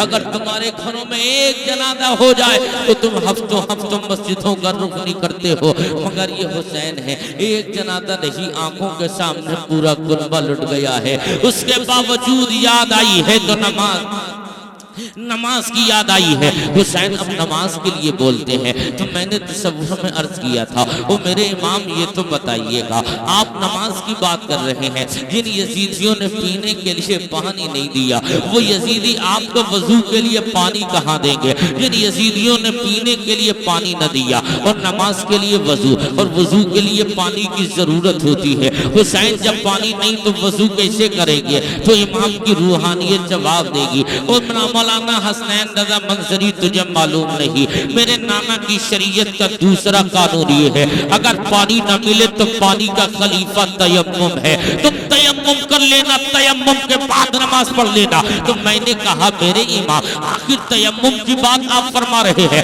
तो जिस मिट्टी से तयम्मुम कीजिएगा उस मिट्टी पे आपके बच्चों का खून जमा है, आपने कैसा किया? हाथों पे लगे खून को हाथों पे मल लिया, चेहरे के लगे खून को चेहरे पे मल लिया, तो तसव्वुर में अर्ज किया आका अब ये कब से जायज हो गया? आज से पहले तो नमाज पढ़ना पानी से वजू करके जायज था, मगर ये लहू से कब से जायज हो गया? तो इमाम की रूहानियत जवाब देती मेरे गुलाम परेशान ना हो, नमाज की दो किस्में है, एक नमाज शरीयत है और एक नमाज मोहब्बत है। नमाज शरीयत के लिए पानी से वजू किया जाता है और नमाज मोहब्बत के लिए लहू से वजू किया जाता है। सुभान अल्लाह सुभान अल्लाह। नारे तकबीर, नारे रिसालत, फैजाने शहीदाने करबला, फैजाने शहीदाने करबला, मसलके आला हजरत हजरत अल्लामा मौलाना मुफ्ती हसनैन रज़ा साहब किबला। नारे तकबीर, नारे रिसालत। माशाअल्लाह सुभान अल्लाह। फातिमा का शेर मैदान करबला में सजदे की हालत में शहीद कर दिया गया। अब जिगर थाम लो 10 मिनट के लिए, बस बात खत्म कर रहा हूँ। शहीद हो गए इमाम, घोड़ा वापस आया, कभी फुरात के किनारे पे जाके सर मारता है, इधर उधर टक्करें मारते मारते अपनी घोड़ा जैसे ही अहले बैत मुस्तफा के खेमों में पहुंचा, शेर बानो सैयदा ज़ैनब पुकारती हैं हो गाजी सवार को कहाँ छोड़ के आए हो?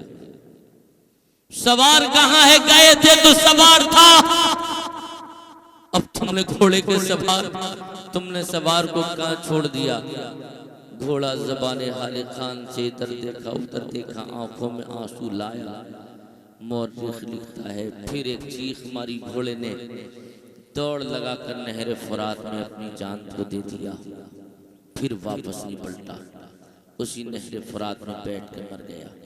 हजरात अब ये वो 10 तारीख है जिसमें तमाम लोग शहीद हो गए। सूरज ने अपनी रोशनी को वक्त से पहले अपने दामन में समेट लिया। इतने में क्या होता है?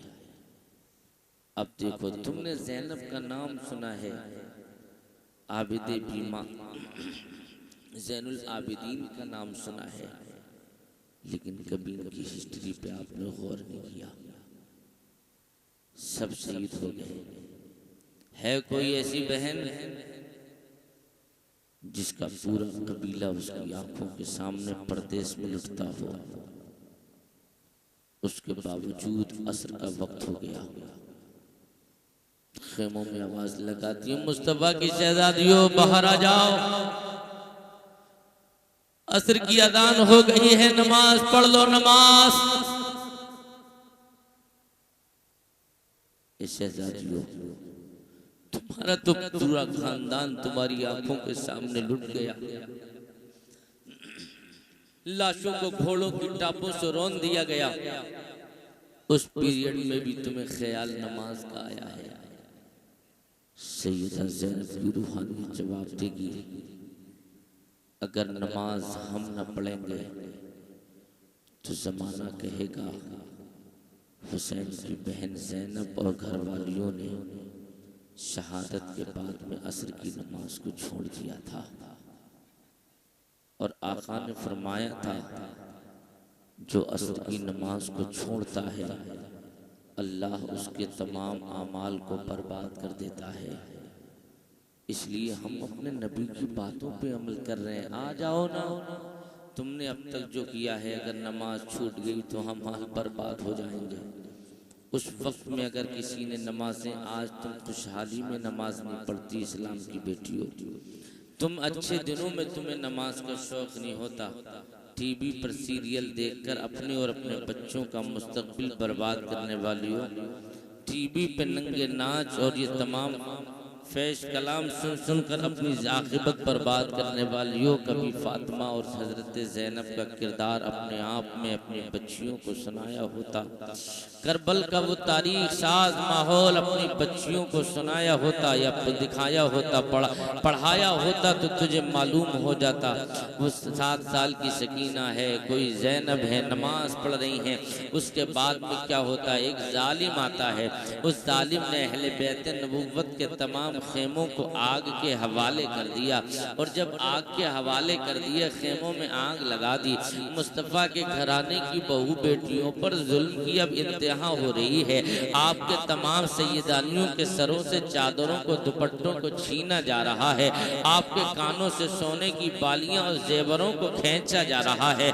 और खींचते हुए जब बाहर निकल के आता है तो वे एक जालिम यजीदी कहता है, मैंने उसी यजीदी, जब मैंने खेमों में आग लगा दी थी तो मैंने आग लगने के बाद में एक बेकरार औरत को उन्हीं खेमों के पास देखा। कभी उस खेमे में चलती हुई आग को देखता, कभी उसमें औरत को देखता। और औरत को देखता तो उसके दिल की चलने की आहट और उसकी आंखों की भड़बड़ाहट ये बता रही है कि कुछ रह गया है। आग में कूदने की कोशिश करती है मगर फिर कदम खींच लेती है। आखिर में तमाम ताकत को जमा किया और उसने जलती आग में कुलांच लगाकर और कुलांच लगाकर के जैसे ही आगे बढ़ी तो उधर से मैं देख रहा हूँ एक जवान को अपने कांधे पर लेकर के वो आ रही है। और जैसे ही जवान को कांधे पर लेकर के आई, बाहर लिटा दिया। वो जवान कोई और नहीं था, हुसैन का बेटा ज़ैनुल आबिदीन था, जिसको खेमों के अंदर चलते खेमों से हुसैन की बहन ज़ैनब उठा के लाई है और लाने के बाद में बाहर लिटा दिया। अब क्या होता, हुसैन के तमाम घरवालियों के सामने इन यजीदियों ने घोड़ों की टापों से लाशों को रौंद दिया गया। किसी की पसली इधर से उधर है, किसी की हाथ इधर से उधर है। लाशों की वो बेहुरमती की गई और इधर भी रक्स और सुरूर का माहौल, जीत का जश्न यजीदी मना रहे हैं, खुशियां मनाई जा रही है। मगर अहले बैत नबूवत है, इन मुस्तफ़ा जाने रहमत सल्लल्लाहु तआला अलैहि वसल्लम के घराने की बहू बेटियां, इनके यहाँ पर कयामत सुगरा बर्पा हो गई है। यानी ऐसी अपनी पूरी जिंदगी में इतनी खतरनाक और भयानक रात किसी ने न देखी होगी। अब ये कयामत जैसी रात गुजरी तो क्या देखा, अब सैयदा ज़ैनब के दिल में फिर ख्याल आया। एक टूटा हुआ खंजर को लिया और उस खंजर को लेकर के तमाम अहले बैत नबूवत के लाशों की तरफ चली गई। और लाशों की तरफ जाने के बाद क्या देखा, हजरत सैयदा ज़ैनब खड़ी है और खड़े होकर के लाशों की रखवाली और निगहबानी करती है। इतने में क्या देखा, एक साया आते देखा। और जैसे ही साये को आते देखा तो क्या देखा, फौरन आवाज लगाती है, ओ आने वाले रुक जा, तेरा अभी तक दिल न भरा, तूने मेरे घर वालों को शहीद कर दिया, हमारे खेमों को आग के हवाले कर दिया, हमारे सरों से चादरों को छीन लिया। तुझे मालूम नहीं हमारे सरों की और हमारे पर्दे का आलम तो ये है, बेइजाजत जिसके घर जिब्रील भी आते नहीं, कदर वाले जानते हैं इस दिशा में अहले बैत। तुम्हें मालूम नहीं हमारे घर तो हजरत जिब्रील भी बगैर इजाजत के दाखिल न होते। तुमने हमारे सरों से चादरों को छीन लिया, हमारे खेम को आग के हवाले कर दिया, हमारे जवानों को तुमने मौत के घाट उतार दिया, अभी भी तुम्हारा दिल न भरा। इतना कहना था, साया आगे बढ़ा और जब साया बिल्कुल करीब हो गया और करीब हो जाने के बाद में क्या देखा, अब जैसे ही करीब आया और आने के बाद में आपने कहा बिल्कुल साया करीब हो गया और ललकार करके आवाज दिया, रुक जा, मुस्तफा जाने रहमत की शहजादियां बेपर्दा बैठी हुई है,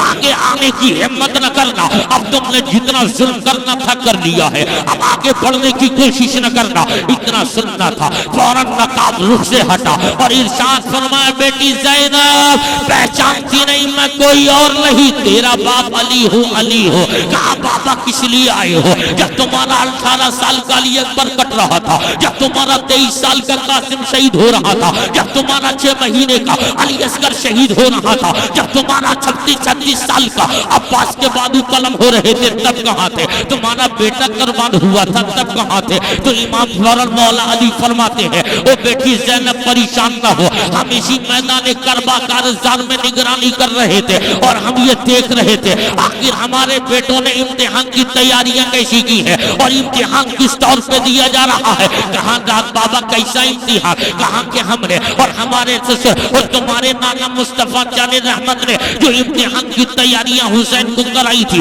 कहाँ कैसी तैयारियां, कहाँ बेटी तैयारियां ये थी। कभी मुस्तफा ने कांधे पे बैठा के हुसैन को तैयार कराया था, कभी मुस्तफा चाले रहमत ने अपनी जुल्फों को पकड़वाया था, इम्तिहान की तैयारी कराई थी। और कहा बेटी ज़ैनब, अगर जो मुस्तफा के कांधे पर बैठेगा, मुस्तफा की जुल्फें जो पकड़ेगा, मुस्तफा की ताली में उंगली जो करेगा, मुस्तफा की जबान जो चूसेगा, मुस्तफा के सालू पर जो बैठेगा, जन्नती दस्तरखान इसके लिए आएगा। तो मुझे बता बेटी, जब उसके इस्लाम पर वक्त पड़ेगा तो जो जन्नती जवानों का सरदार मुस्तफा के कांधे पर बैठेगा, जब दूसरे को ये शरफ हासिल नहीं कि वो मुस्तफा के कांधे पर बैठे, तो दूसरे को ये भी शरफ कहाँ मिलेगा? जब नाना का इस्लाम खतरे में हो तो उसको बचाने के लिए हुसैन निकलेगा, नाना का इस्लाम खतरे में आएगा, अली अकबर निकलेगा, नाना का दीन खतरे में आएगा, अब्बास निकलेगा, नाना का दीन खतरे में आएगा, औला मोहम्मद निकलेंगे। इतना सुनना था।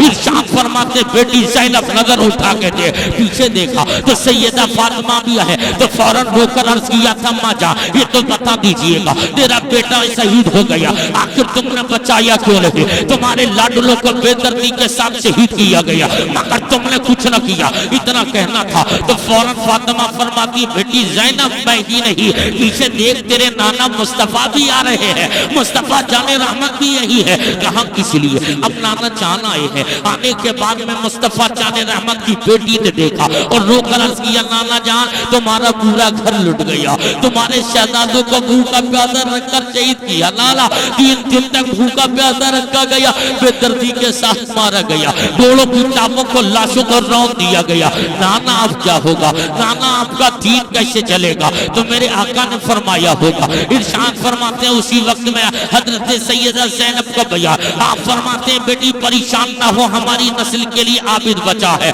हमारी नस्ल के लिए ज़ैनुल आबिदीन है, जिसको जमाना हजरत अली औसत के नाम से जानता है। ये वही अली औसत है जिनको ज़ैनुल आबिदीन का लक़ब किस बुनियाद पर मिला? अब तारीख और आँख पलट कर देखिएगा, ये वही आबिद बीमार है, इसको ज़ैनुल आबिदीन इसीलिए कहा जाता है। एक मर्तबा नमाज पढ़ रहे और नमाज पढ़ते पढ़ते क्या हुआ, एक सांप आपके सामने खड़ा हो गया, लेकिन शरीयत का दस्तूर ये है, अगर दूसरी जानवर सामने हो तो तुम्हें मुझसे नमाज तोड़कर उसे भगाना या मारना चाहिए, लेकिन ऐसा नहीं। हजरत ज़ैनुल आबिदीन नमाज पढ़ते रहे और नमाज पढ़ते पढ़ते क्या देखा, आपने उस सांप को देखा और उसके बावजूद नमाज न तोड़ी। वो तो फतवा था मगर ये तकवा था, जिसकी बुनियाद पर नमाज न तोड़ी। लेकिन एक मौलवी लिखता, आपके बेटे को आपका बेटा है, आप नमाज पढ़ रहे थे, अचानक आपका बेटा कुएं में गिर गया और कुएं में गिर गया, लोगों ने पुकारा ज़ैनुल आबिदीन, लोगों ने पुकारा अली औसत, नमाज जल्दी मुकम्मल कर लो, आपका बेटा कुएं में गिर गया, आपका शहजादा कुएं में गिर गया। अगर मेरा या तुम्हारा मामूल होता नमाज टूट गई होती, लेकिन शरीयत की इजाजत देती है नमाज तोड़ लो। मगर हजरत अली इब्न औसत इनका बयान है, आप नमाज पढ़ते रहे और नमाज का आलम यह था, नमाज इतनी लंबी की कि लोगों ने ढोल मंगाया और ढोल मंगाकर नीचे उतरे और उतर करके उस शहजादे को निकाला तो उसका इंतकाल हो गया। आपने उसकी जनाजे की नमाज पढ़ी और नमाज पढ़ने के बाद फिर इबादत में मसरूफ हो गए, और जब इबादत में मसरूफ हुए तो शाम को जब से इबादत में मसरूफ होगा, आपने सलाम को फेरा था, इतने में निदा आती है, ओ अली औसत, आज तक तो तू अली औसत था, आज से तुझे ज़ैनुल आबिदीन बना दिया जा रहा। नारे तकबीर, नारे रिसालत, मसलके आला हजरत, फैजाने शहीदाने करबला, नारे तकबीर, नारे रिसालत। ये कर रहा हूँ, ये करबल की वो रेगिस्तान, वो सरजमीन है जिस पर तमाम लोग शहादत का जाम पीकर अपने आप को, घर वालों को, सबको लुटवा कर इस्लाम की अजमत को, इस्लाम की बका को बाकी रखा। उसके बाद ये लुटा पिटा काफिला इनको कैदी बनाकर मुस्तफ़ा जाने रहमत के इन शहजादियों को, ज़ैनुल आबिदीन को कैदी बनाकर तमाम कूफा के रेगिस्तानों में रास्तों से गुजार कर महीने 2 महीने का सफर करा के जब दमिश्क की जानिब पहुंचे, इब्ने ज़ियाद के दरबार में भी पहुंचे, इब्ने ज़ियाद के दरबार में पहुंचे, यजीद के यहाँ पे पहुंचे, ये तमाम तरह हालात बीते, लेकिन रास्ते का एक वाक़या मिलता है।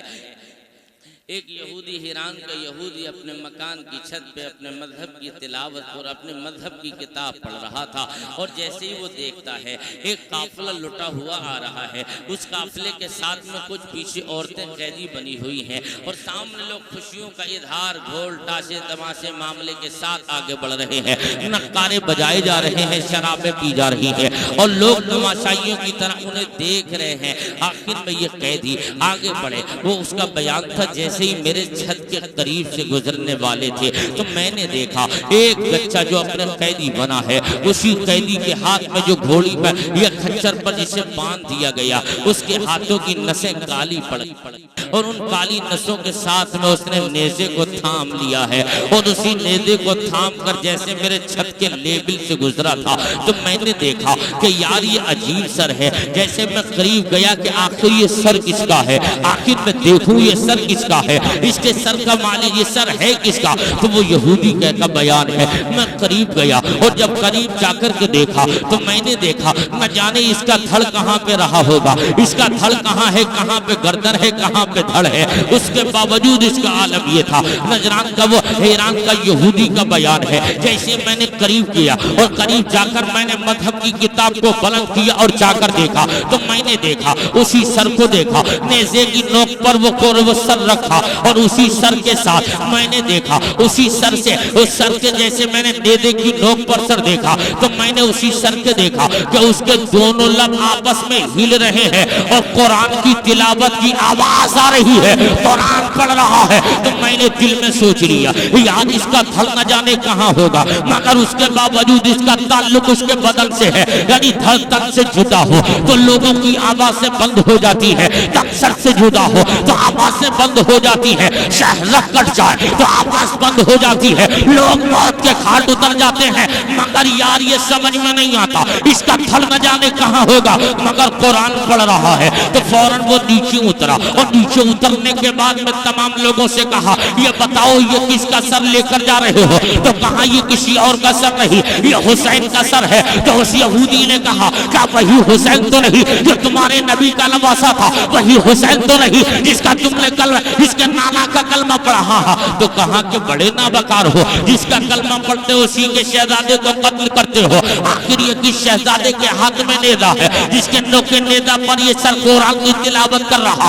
अब वो नेज़े वाले सर के पास, नेज़े वाले जमाल के पास गया और जाने के बाद कहता है शहजादे बताओ तुम कौन हो। आखिर घोड़ियों में बांध दिया गया और तुम कैदी हो मगर नेज़ा तुम्हारे हाथ में है। कहा ये किसी और का सर नहीं, ये मेरे बाप हुसैन का सर है। तो फौरन उस यहूदी ने कहा ऐसा है शहजादे हाथ बढ़ा दो, कलमा पढ़ा कर मुझे मुसलमान बना दो। और मेरा तो ईमान ये कहता है, अरे तो मेरा तो ईमान ये कहता है कि दोनों बेटे शहजादे तुम भी सच्चे हो, तुम्हारा बाप भी सच्चा है और तुम्हारा नाना मुस्तफा भी सच्चा है। नारे तकबीर, नारे रिसालत, नारे हैदरी, नारे हुसैनी, नारे हुसैनी, शहीदाए करबला किराम, नारे तकबीर, नारे रिसालत। दमिश्क होते हुए नुमान इब्न बशीर की मायत में मदीने शरीफ पहुंच गया। यजीद ने मदीने पर भी चढ़ाई की, काबे शरीफ पर भी हमला किया। 3 दिन तक मस्जिद नबवी में नमाज न हो सकी, घोड़े खच्चरों को बांधा गया। जुल्म बहुत हुआ है मेरे भाइयों। उसके बावजूद काबे के अंदर आग वगैरह लगाई गई, बहुत जुल्म के बेशुमार सहाबा को शहीद किया गया, वहाँ की औरतों के साथ में बलात्कार किया गया। थोड़ा बहुत जुल्म किया है मगर उसके बावजूद अल्लाह जिसको जिंदा रखना चाहता है उसे दुनिया की कोई ताकत मार नहीं सकती है। लोग कहते हैं हुसैन को तुम जिंदा मानते हो, अगर जिंदा होता हुसैन सामने दिखता तो मैं कहता हूं ये तुम्हारी अक्ल का फेर है। अरे हुसैन करबला के अंदर जिंदा था, आंखें देख रही थी, और आज हुसैन हम सामने तो जिंदा नहीं मगर हुसैन सुन्नियों के सीनों में जिंदा है। सुभान अल्लाह, सुभान अल्लाह, माशाअल्लाह। जी जी जी और तुम उसकी जिंदगी की बात करते हो। जिंदा वो होता है जो बोलता हो, मगर ये ऐसा जिंदा है, धड़ करबला में है, सर हिरान की वादियों से रास्ते से गुजर रहा है, कुरान की तिलावत हो रही है। मुसलमानों, तुम सच्चे हुसैनी हो तो तुम हुसैनी बन के रहो। नमाज पढ़ो, नमाज, अरे बोलो पढ़ो, बहुत ज़रूरी है। कोई काम नहीं आने वाला है, सिर्फ नमाज। और जिन लोगों के लिए तुम नमाज, रोज़े, तमाम नेक काम छोड़ रहे हो ना, जब रूह निकलेगी तो सबसे पहले यही कहेंगे कि इनके अंगूठे बांधो, क्योंकि अंगूठे पहले से बनते चले आए हैं। इनके मुंह को लपेट दो, कपड़े से बांध दो, कहीं इनका मुंह फैला न रहे। आंखें बंद कर दो। थोड़ी देर के बाद जिन रिश्तेदारों के लिए तुम मरने जीने की कसमें खाते थे ना, वो कहते हैं मुर्दे को ज़्यादा देर घर में रखना नहीं चाहिए, इन्हें कब्रिस्तान ले जाओ। मैं कहता हूँ मेरे भाई, 4-6 घंटे में तेरा खेल ख़त्म होने वाला है।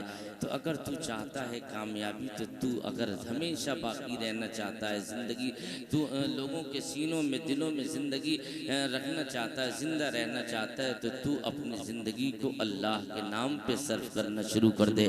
नमाज की पाबंदी कर, कुरान की तिलावतें कर।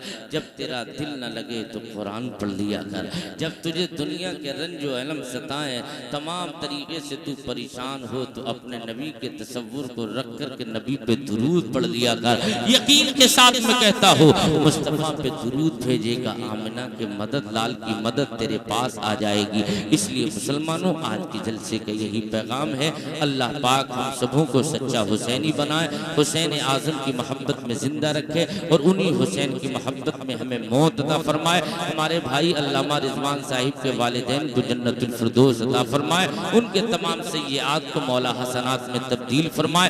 सारे लोग बुलंद आवाज से कलमा तैयबा पढ़िए, ला इलाहा इल्लल्लाह मुहम्मदुर रसूलुल्लाह सल्लल्लाहु